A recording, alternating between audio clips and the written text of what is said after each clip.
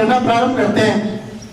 खरीफ की फसल चल रही है, अभी बारिश होती है, उससे पहले वो खेत में देखते हो, छुट्टियों में आप खेत में खाद वगैरह देते हैं, फिर उसके बाद वेट करते हैं बारिश हो रही है या नहीं हो रही है। बारिश होने के बाद वो बिजारी करते हैं। अब बीजने के बाद अगर तुरंत बारिश हो गई तो दोबारा बीजना पड़ेगा उनको, लेकिन क्या कभी देखा एक बार बीज दिया आप नहीं बीजेंगे, वो 2 बार 3 बार बीजते हैं। फिर उसके बाद निनाण करना, उसके बाद समय पर बारिश नहीं हो रही है तो वापस फसल जलने का खतरा, उसमें अनेक प्रकार के रोग लग जाते हैं। कितनी मेहनत करते हैं, लेकिन कभी भी ऐसा है, और एक जीवन में किसान ही एक ऐसा आदमी है जिसको कभी पता नहीं होता मेरे को प्रॉफिट मिलेगा या नहीं मिलेगा।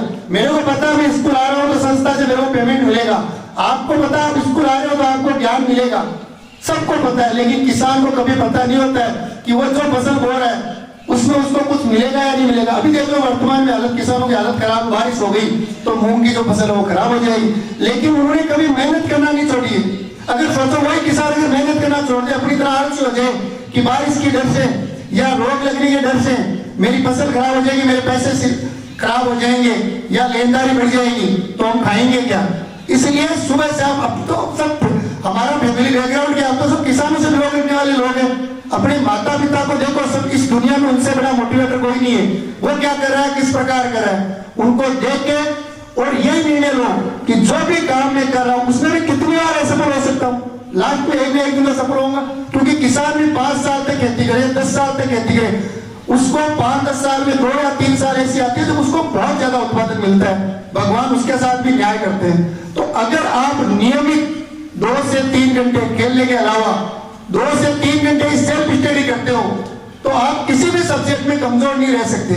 आप ये देखो, कल जो बंदा आया था उसको किसी भी एंगल से देखकर आपको लगता है वो पढ़ा हुआ है, लेकिन उसको आग का नॉलेज है कि कोई भी पदार्थ को किसकी ज्वलनशीलता ज्यादा है, किसकी कम है, जिसके आधार पर शरीर को जलने से बचा सकता है। तो आपको तो पता है क्या पढ़ना है क्या नहीं पढ़ना है, कितना पढ़ना है कितना नहीं पढ़ना है। मान लो मैथ में किसी क्वेश्चन में समस्या है तुम्हारे, तो उसको रफ कॉपी में मिलाओ आप। अगर आप मिलाओगे तो उत्तर नहीं आएगा तो दूसरा तरीका नहीं मिलेगा आपको, और लास्ट में आपको किसी ना किसी मोड़ पर एक बिंदु ऐसा आएगा जहां आपको उस प्रश्न का सॉल्यूशन मिल जाएगा। और जब अपने द्वारा किए गए काम का सॉल्यूशन अपने को मिल जाता है वो कभी हम भूलते नहीं है जीवन में। आपको क्या लगता है, अपने जितने भी गुरुजन हैं यहाँ, इवन मेरे से, क्या हम पहले जब पढ़ाना स्टार्ट किया था तो हमारे सब ज्ञान आ रहा था? कभी नहीं आता है। सबको प्रैक्टिस से आदमी अच्छा बनता है। इंग्लिश में पढ़ते हो ना, प्रैक्टिस मेक्स मैन परफेक्ट, यानी आप जितनी ज्यादा कोशिश करोगे उतनी ही ज्यादा आप क्या बनोगे, मजबूत बनोगे।